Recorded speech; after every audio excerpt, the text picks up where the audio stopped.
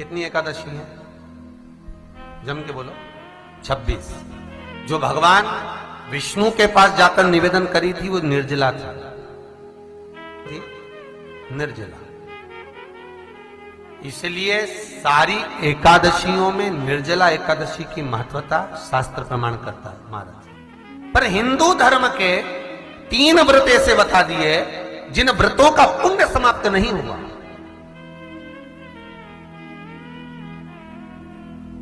हिंदू धर्म के 3 व्रत ऐसे हो गए जिनका पुण्य समाप्त नहीं हुआ महाराज। क्यों?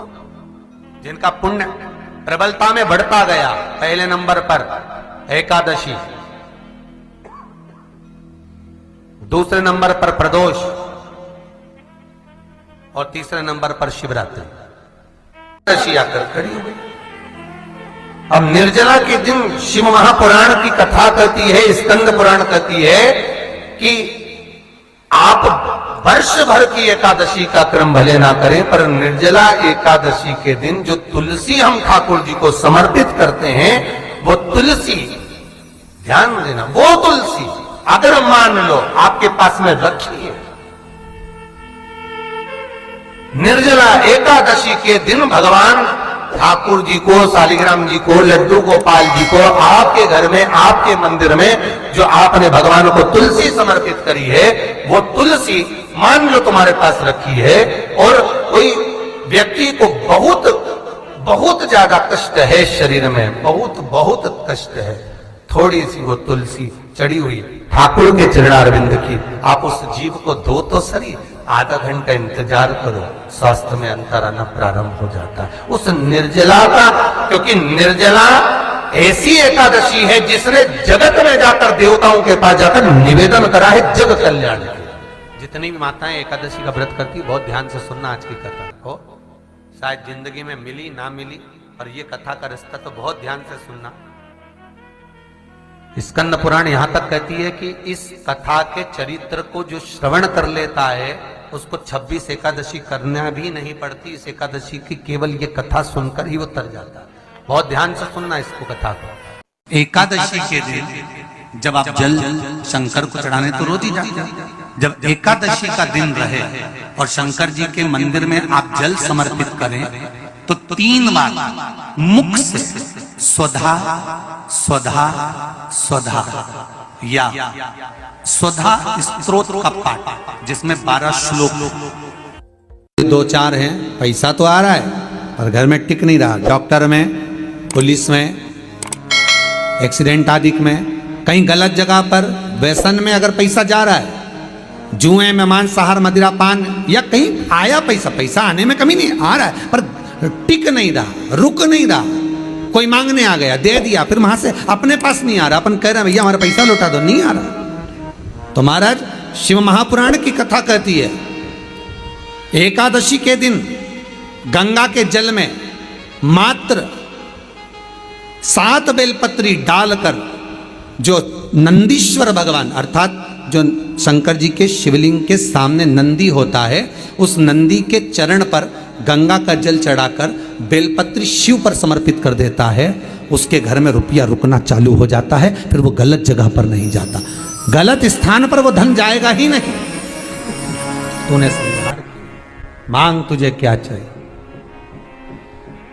एकादशी ने भगवान विष्णु से कहा, नाथ प्रभु वर दे दो, मृत्यु लोक में जो मनुष्य मेरा व्रत करेगा, चाहे जलचर, थलचर, वायुचर या सांसारिक मनुष्य, मेरा अगर एकादशी का व्रत करेगा, प्रभु उसके यहाँ धन धान्य वैभव सुख संपदा बढ़ेगी और उस जीवात्मा को नरक नहीं भोगना पड़ेगा, सीधे वैकुंठ का उसको वास मिलेगा। जब जीव आत्मा को लेकर चला जाएगा, यम के दूत जब बंदी बनाकर ले जा रहे होंगे उस जीवात्मा को, जिसके प्राण छूटे होंगे, यम के दूत जब बंदी बनाकर ले जा रहे होंगे, तब मुझे वर दो कि मैं इसका हाथ पकड़कर बेतन्नी से पार उतार कर सारे नरकों से निकालती हुई आपके धाम में लेकर आऊं। भगवान ने वर दे दिया, तथास्तु। हे एकादशी सुनो, मृत्यु लोक का मनुष्य अन्न का त्याग कर कर, क्योंकि अन्न में एकादशी के दिन पाप पुरुष रहता है, अन्न का त्याग कर कर एकादशी के दिन जो मनुष्य तुम्हारा व्रत धारण करेगा, उस व्रत को करेगा और उस व्रत को धारण करेगा, उसकी मनोकामना पूर्ण होकर वो मेरे ही धाम को जाएगा। ये तो हुआ एकादशी के जन्म की कथा। एकादशी के दिन गंगा के जल में मात्र 7 बेलपत्री डालकर जो नंदीश्वर भगवान अर्थात जो शंकर जी के शिवलिंग के सामने नंदी होता है, उस नंदी के चरण पर गंगा का जल चढ़ाकर बेलपत्री शिव पर समर्पित कर देता है, उसके घर में रुपया रुकना चालू हो जाता है। फिर वो गलत जगह पर नहीं जाता, गलत स्थान पर वो धन जाएगा ही नहीं। बेटा अगर व्यसन में पड़ा हुआ है, मदिरापान में पड़ा हुआ है, मांसाहार में, जुए आदि में जा रहा है, तुम्हें लग रहा है कि मेरा बेटा गलत मार्ग पर जा रहा है, ये मित्र दोस्ती गलत हो रही है, वो सही जगह पर आ जाए। करना है एकादशी। कई लोग इसको धन के लिए भी करते हैं, संपदा के लिए। संपदा के लिए अर्थात जिसका व्यापार नहीं चलता, जिसके घर में पैसा नहीं आता, या नौकरी नहीं लग रही, या सर्विस नहीं लग रही, आप अप्लाई कर रहे हो, जगह जगह जाकर इंटरव्यू भी दे रहे हो और पैसा नहीं आता, तो उसके लिए भी प्रयास किया जाता है। पर उसके लिए यहाँ पर जो धन के लिए करते हैं, उसके लिए विष्णुपदी के लिए करते हैं। मतलब जैसे गंगा के जल में तुलसी के 11 पत्ते डाले जाते हैं और उसको किसी भी नारायण के मंदिर में, राम कृष्ण शिव शंकर नहीं, राम कृष्ण भगवान विष्णु दत्त आदि जितने नारायण के मंदिर हैं, उस मंदिर में किसी भी पात्र में, एक छोटे से पात्र में उसको भरकर रखी जाते हैं महाराज। उससे भी जॉब सर्विस नौकरी में सफलता प्राप्त हो जाती है। परंतु वो भी एकादशी को ही होता है। कुछ देर तक पात्र को रखा जाता है, फिर वही पात्र का जल किसी भी वृक्ष के नीचे डाल दिया जाता है, उससे भी नौकरी के लिए फायदा मिलता है। गंगा का जल कोई साधारण नहीं। दशमी, एकादशी और द्वादशी, इन 3 तिथियों पर एक रोटी में थोड़ा सा मीठा रखकर सोमक पितृ का नाम लेकर यदि गाय को खिला दिया जाता है, तो अगर कोई पूर्वज प्रेत योनि में भी पड़ा हुआ होता है, भटक रहा होता है, जिसको पिंड नहीं मिला, जो अचानक मर गया होता है, अधोगति में चले गया होता है, उस जीव की मुक्ति दशमी, एकादशी और द्वादशी, 3 दिन सोमक पितृ का नाम लेकर रोटी में, पूड़ी में मीठा रखकर अगर गाय को खिला दिया जाता है ये 3 दिन तक, तो वो पितृ कभी भटकते नहीं है, उनको मुक्ति प्राप्त हो जाती है, मोक्ष में। नहीं, एकादशी है कौन, क्यों इसकी इतनी प्रधानता है, क्यों इसकी पुण्यता है, ऐसा क्या है एकादशी में जो इसकी पुण्यता मानी जाए? कौन है ये जो भगवान नारायण तक एकादशी का व्रत करते हैं? सुभद्रा जी को भगवान जगन्नाथ ने, जगदीश ने एकादशी का व्रत कराया था। बद्रीनारायण भगवान को माता लक्ष्मी ने एकादशी का व्रत कराया था। क्यों? चंद्रायण एकादशी व्रत की माता। एकादशी है कौन? तो कहा जिसको व्रत करने पर भगवान नारायण भी जिसका व्रत करते हो, भगवान माता लक्ष्मी जिसका व्रत करती हो, वो एकादशी है कौन? तो शास्त्र वर्णन करता है महाराज, स्कंद पुराण का सुंदर चातुर्मास खंड के अंतर्गत वर्णन आया है महाराज। एक बार भगवान विष्णु आनंद में विराजमान थे, पद्मावती और माता लक्ष्मी दोनों उनके पास में विराजी हुई थी। भगवान लक्ष्मी और पद्मावती दोनों बैठी, एक सिर के पास, एक चरण के पास। कुछ समय बाद वहीं पर ब्रह्मदेव का आगमन हुआ और ब्रह्मा जी आगमन पाकर भगवान नारायण पद्मावती से लगकर उठे और उठकर लक्ष्मी की ओर झुके। झुकने पर इन तीनों के समागम से भगवान नारायण के हृदय चित्त से एक कन्या प्रकट हो गई। उस कन्या का नाम एका था। क्या नाम था? एका। अब 10 उसके गुण इतने प्रबल थे, वो 10 गुण उसके बड़े प्रबल थे कि वो एका जिसको निहारती थी उसको संपदावान बना देती थी, जिसको देख लेती थी उसके जीवन में वो आनंद की अनुभूतियां करा देती थी। एका जिस मार्ग से जाती थी उस मार्ग के द्वार खोल देती थी। एका का पुण्य इतना पुण्य प्रखर। पद्मावती और लक्ष्मी ने कहा महाराज ये बेटी आपके द्वारा निर्मित हुई है, इसका कन्यादान करना चाहिए। हमारे यहाँ हिंदू धर्म में रीति है, जिस दिन कन्यादान करा जाता है उस दिन व्रत रखा जाता है। अब आजकल रखते कि नहीं रखते वो मालूम नहीं, और कन्यादान करते समय व्रत रखा जाता है। व्रत रखना, एका का कन्यादान करना है। भगवान बोले कन्यादान करें, किसको दें? एका किसको दी जाए? एका प्रदान किसको करी जाए? पुण्यता किसको दी जाए? भगवान नारायण ने उसी समय लक्ष्मी और पद्मा से पूछा, तुम एकादशी के दिन जब आप जल शंकर को चढ़ाने तो रोज ही जाते। जब एकादशी का दिन रहे और शंकर जी के मंदिर में आप जल समर्पित करें तो 3 बार मुख से स्वधा स्वधा स्वधा या स्वधा स्तोत्र का पाठ, जिसमें 12 श्लोक 2-4 हैं। पैसा तो आ रहा है पर घर में टिक नहीं रहा। डॉक्टर में, पुलिस में, एक्सीडेंट आदि में, कहीं गलत जगह पर व्यसन में अगर पैसा जा रहा है, जुए में, मांसाहार, मदिरा पान, या कहीं आया पैसा आने में कमी नहीं, आ रहा है पर टिक नहीं रहा, रुक नहीं रहा।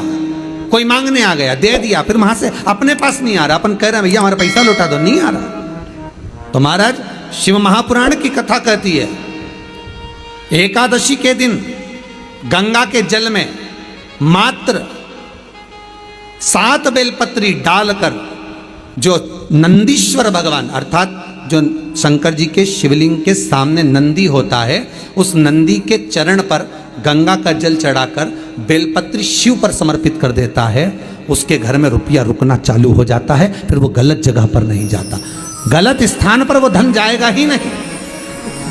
तूने समझा, मांग तुझे क्या चाहिए।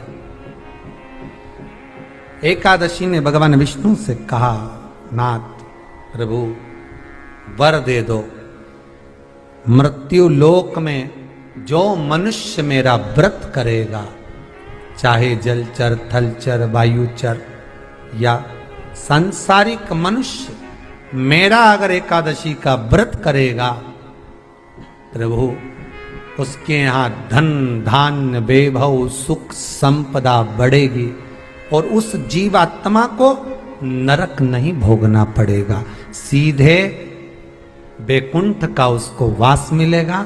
जब जीव आत्मा को लेकर चला जाएगा, यम के दूत जब बंदी बनाकर ले जा रहे होंगे उस जीवात्मा को, जिसके प्राण छूटे होंगे, यम के दूत जब बंदी बनाकर ले जा रहे होंगे, तब मुझे वर दो कि मैं इसका हाथ पकड़कर बेतन्नी से पार उतार कर सारे नरकों से निकालती हुई आपके धाम में लेकर आऊं। भगवान ने वर दे दिया, तथास्तु। हे एकादशी सुनो, मृत्यु लोक का मनुष्य अन्न का त्याग कर कर, क्योंकि अन्न में एकादशी के दिन पाप पुरुष रहता है, अन्न का त्याग कर कर एकादशी के दिन जो मनुष्य तुम्हारा व्रत धारण करेगा, उस व्रत को करेगा और उस व्रत को धारण करेगा, उसकी मनोकामना पूर्ण होकर वो मेरे ही धाम को जाएगा।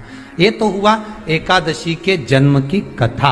एकादशी के दिन गंगा के जल में मात्र 7 बेलपत्री डालकर, जो नंदीश्वर भगवान अर्थात जो शंकर जी के शिवलिंग के सामने नंदी होता है, उस नंदी के चरण पर गंगा का जल चढ़ाकर बेलपत्री शिव पर समर्पित कर देता है, उसके घर में रुपया रुकना चालू हो जाता है। फिर वो गलत जगह पर नहीं जाता, गलत स्थान पर वो धन जाएगा ही नहीं। बेटा अगर व्यसन में पड़ा हुआ है, मदिरा पान में पड़ा हुआ है, मांसाहार में, जुए आदि में जा रहा है, तुम्हें लग रहा है कि मेरा बेटा गलत मार्ग पर जा रहा है, ये मित्र दोस्ती गलत हो रही है, वो सही जगह पर आ जाए। करना है एकादशी।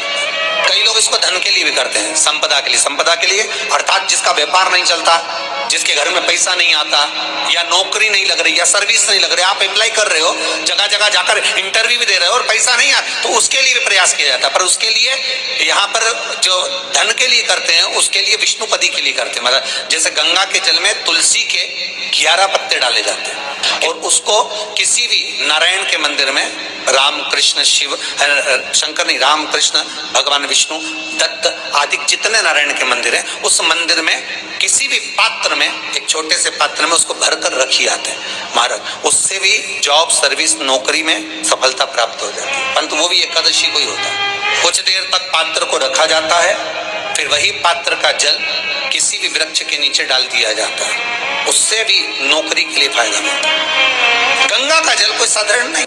दशमी, एकादशी और द्वादशी, इन 3 तिथियों पर एक रोटी में थोड़ा सा मीठा रखकर सोमक पितृ का नाम लेकर यदि गाय को खिला दिया जाता है, तो अगर कोई पूर्वज प्रेत योनि में भी पड़ा हुआ होता है, भटक रहा होता है, जिसको पिंड नहीं मिला, जो अचानक मर गया होता है, अधोगति में चले गया होता है, उस जीव की मुक्ति दशमी, एकादशी और द्वादशी, 3 दिन सोमक पितृ का नाम लेकर रोटी में, पूड़ी में मीठा रखकर अगर गाय को खिला दिया जाता है ये 3 दिन तक, तो वो पितृ कभी भटकते नहीं है, उनको मुक्ति प्राप्त हो जाती है, मोक्ष में।